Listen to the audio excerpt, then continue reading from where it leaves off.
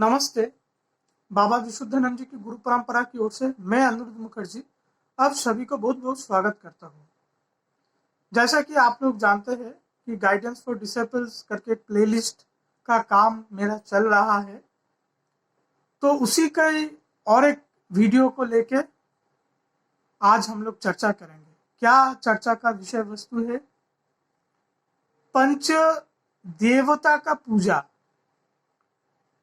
आप जानते हैं कि हमारे गुरु परंपरा में हम लोग शक्ति का उपासना करते हैं।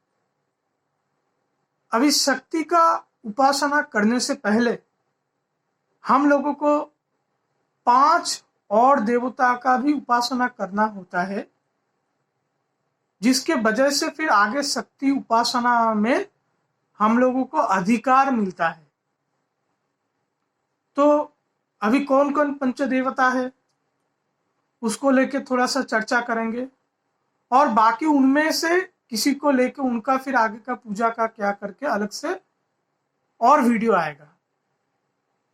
तो पंच देवता कौन कौन होता है? प्रथम देवता होता है शिव, भगवान शिव का पूजा करना होता है। दूसरा, भगवान नारायण का पूजा करना होता है। तीसरा, भगवान गणेश का पूजा करना होता है। चौथा, भगवान सूर्य का पूजा करना होता है। और पंचो जो देवता है वो है अग्नि। इन 5 जो देवता है उसको सभी को पूजा करना होता है, सभी को उपासना करना होता है। अगर सभी का प्रसन्नता होता है, सभी को साथ लेके फिर आगे किसी का अधिकार सिद्ध होता है कि वो शक्ति का उपासना कर सके। तो अभी मोटा मोटा बता देता हूं क्या है क्या नहीं है करके। पहले तो शिव पूजा। शिव जो है वो गण देवता है। गण देवता मतलब कोई भी पुरुष या महिला किसी भी जाति का हो, वो शिव जी का पूजा कर सकता है। और हमारे गुरु परंपरा में शिव पूजा इज द फर्स्ट थिंग और काइंड ऑफ फर्स्ट थिंग, क्योंकि कुमारी भोजन भी उसमें चलता है। शिव पूजा तो करना ही है, तो उसको लेके एक स्पेशल वीडियो जरूर बनाएंगे।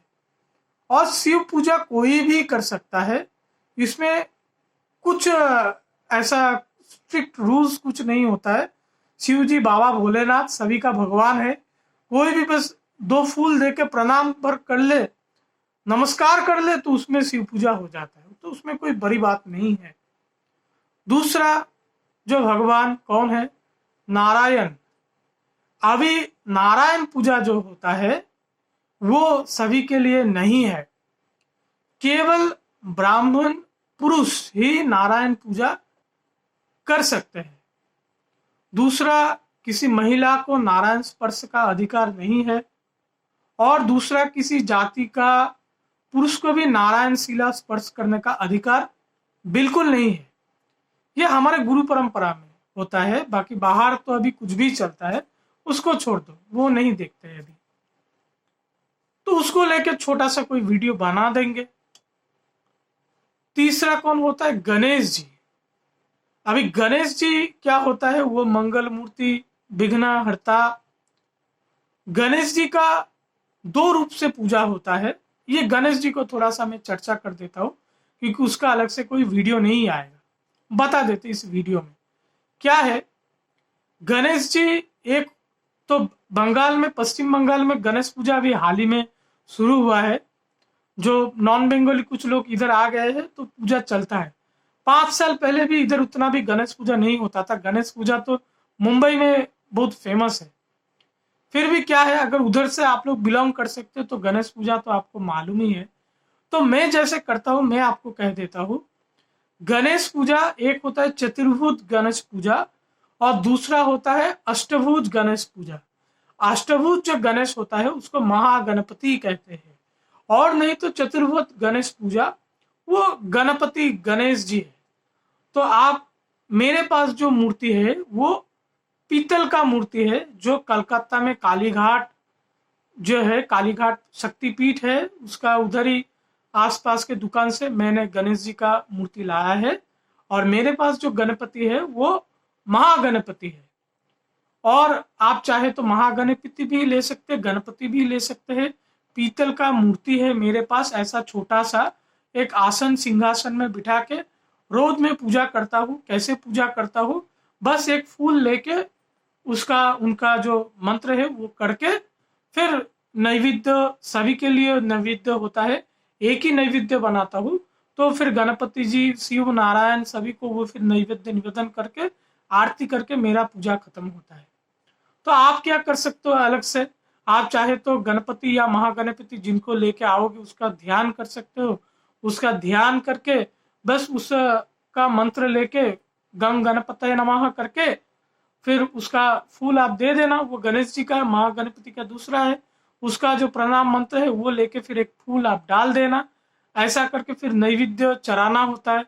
वो नैवेद्य चढ़ा के थोड़ा सा धूप अगरबत्ती दिखा के शंख बजा के आप पूजा खत्म कर सकते हो।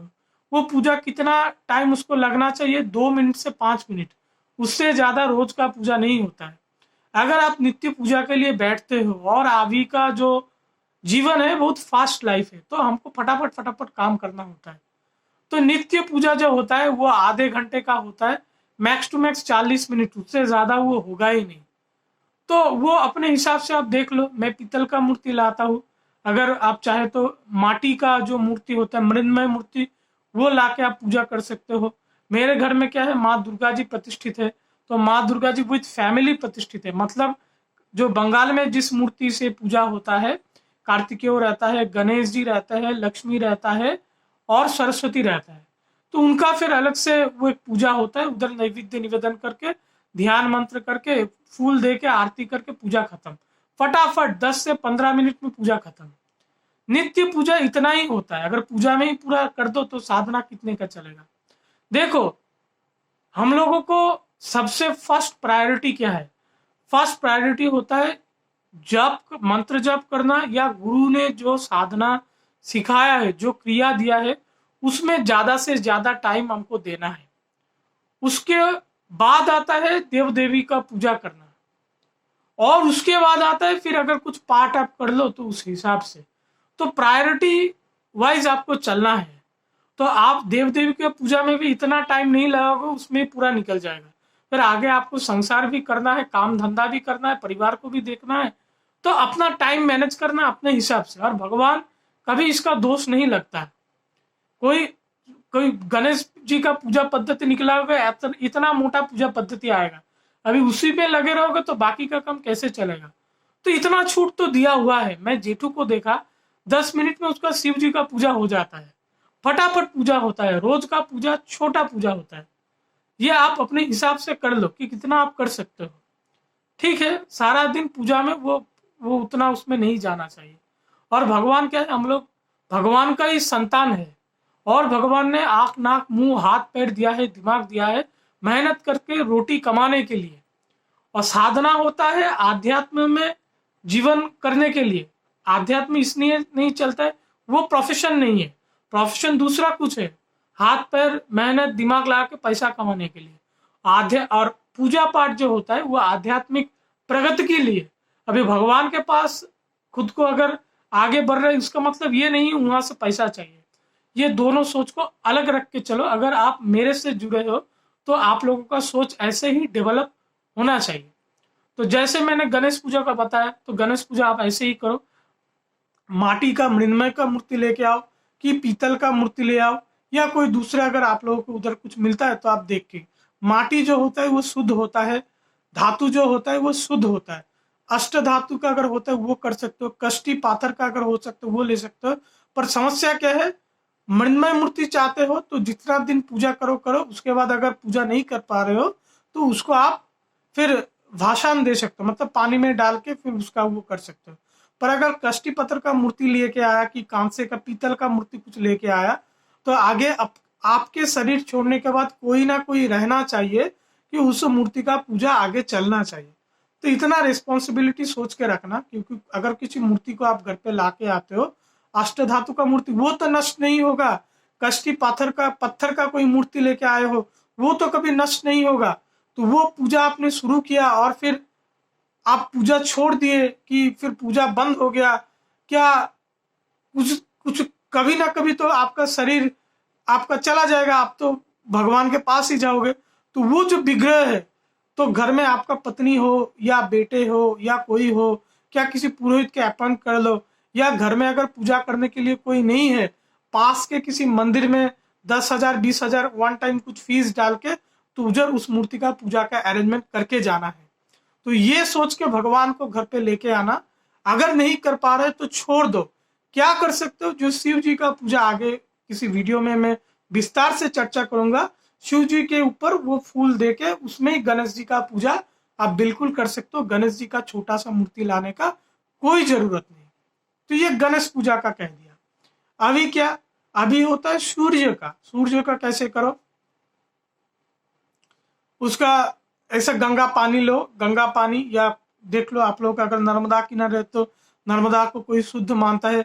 अगर गोदावरी के में पास रहते हो तो उधर गोदावरी नदी का पानी मिलता है। और किसी भी भारत का जो सप्त नदी है और जिस लोग वो जिसके घर के पास से वही नदी बहता है, उस नदी को वहाँ का लोग वही पवित्र मानते हैं। तो जैसे आप जहाँ से बिलोंग करते हो वहां से कोई शुद्ध पानी आप ले लो। कैसे करना है, अगर सूर्योदय के दौरान जब सूर्य को पानी चढ़ाना होता है, यही सूर्य पूजा होता है।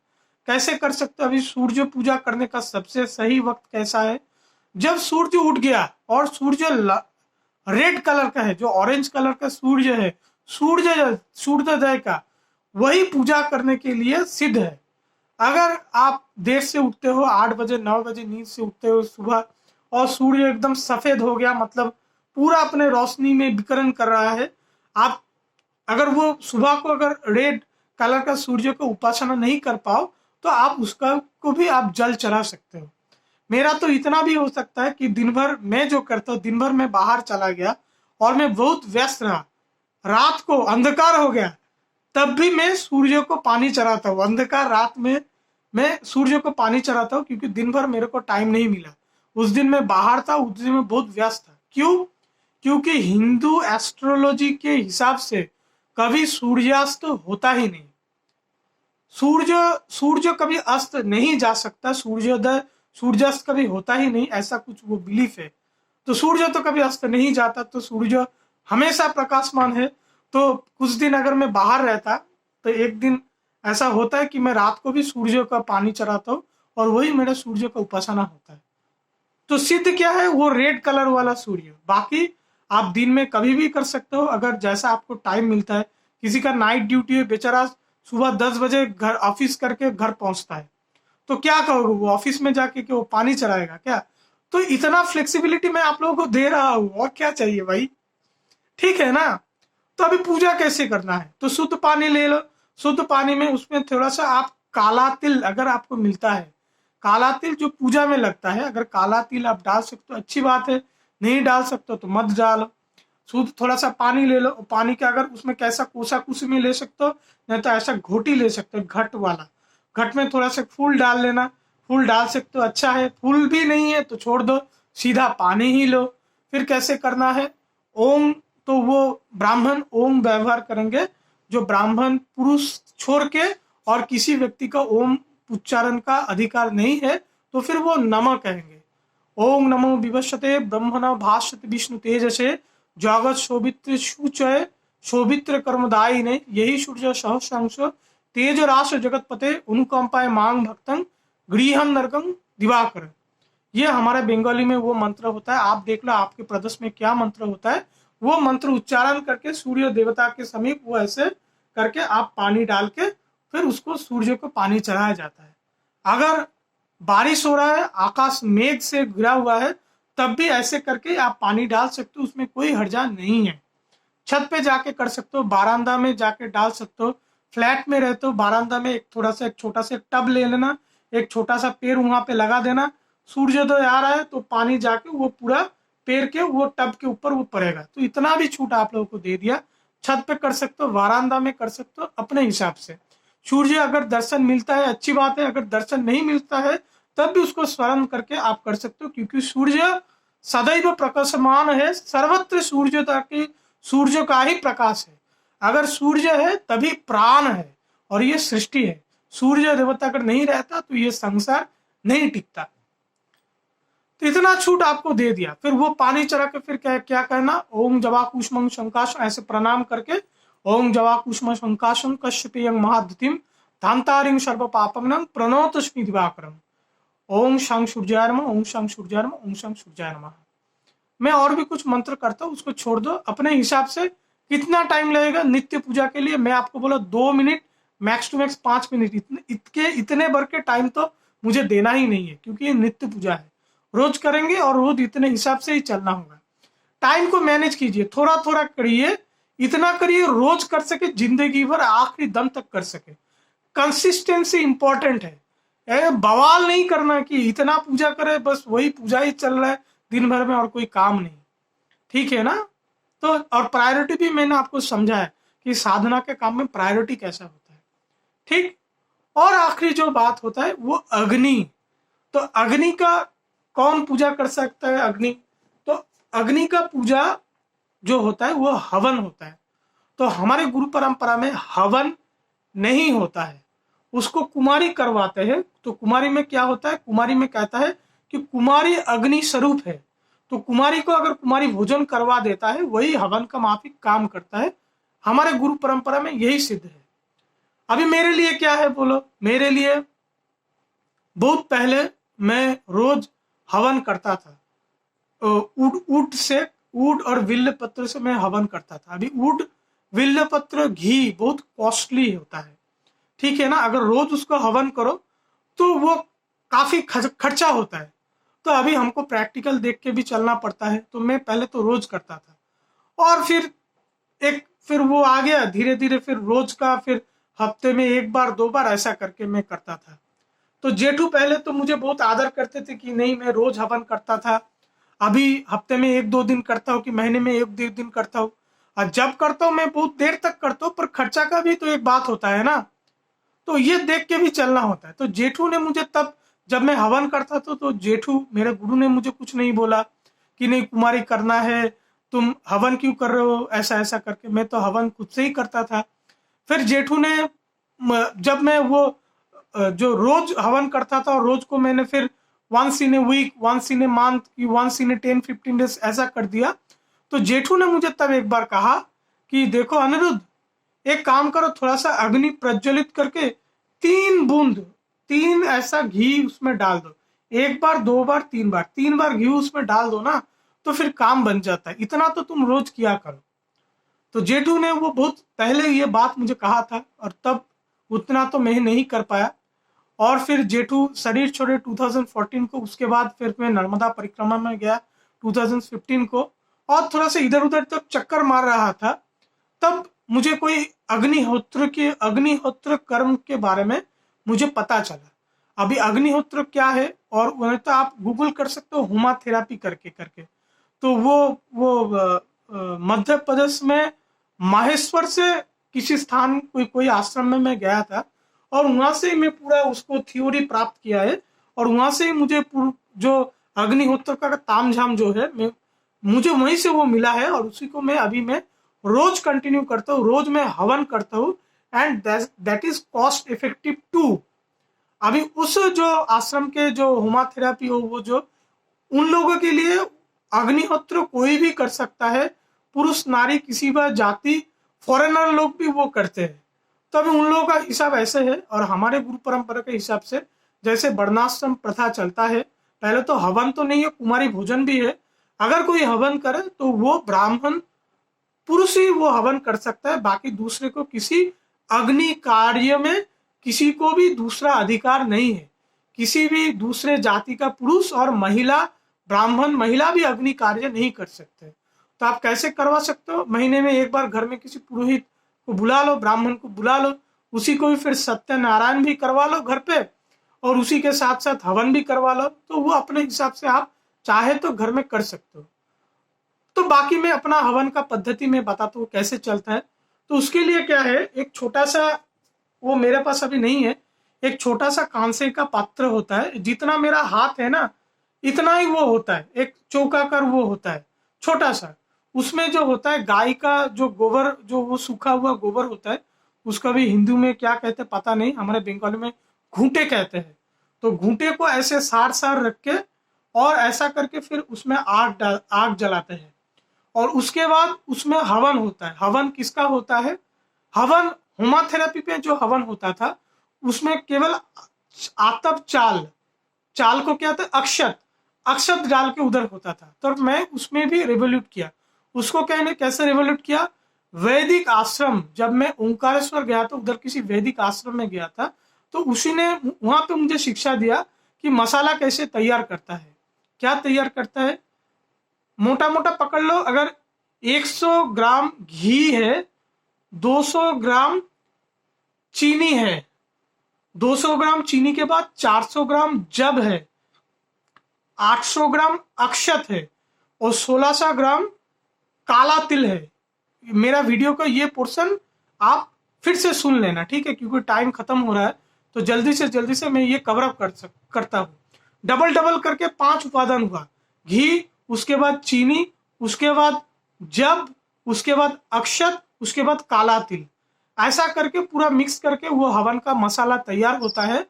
और वही मसाला फिर एक एक करके फिर डालना होता है, वो जो अग्नि प्रज्वलित किया है उधर। होमोथेरेपी आश्रम में क्या सिखाया? वो 2 मंत्र सिखाया। एक ओम सूर्याय स्वाहा, ओम सूर्याय इदं न मम, ओम प्रजापतये स्वाहा, ओम प्रजापतये इदं न मम, ये सुबह को।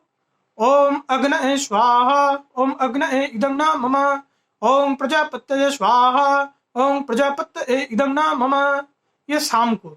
और सूर्योदय और सूर्यास्त के लिए एक अलग उसका, जिस दिन एकदम सूर्योदय के वक्त और एकदम सूर्यास्त का सन पकड़ के ही उधर हवन होता है।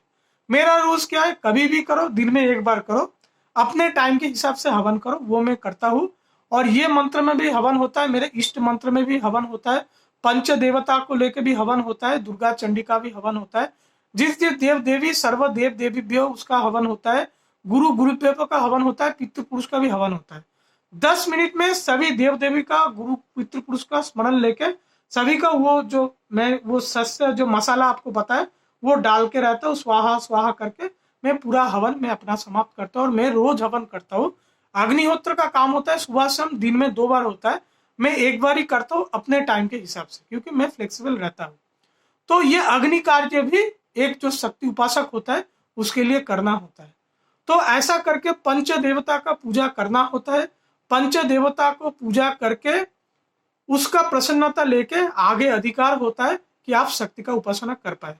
आप लोग सब बहुत अच्छे रहिए। आज के लिए इतना ही। नमस्ते।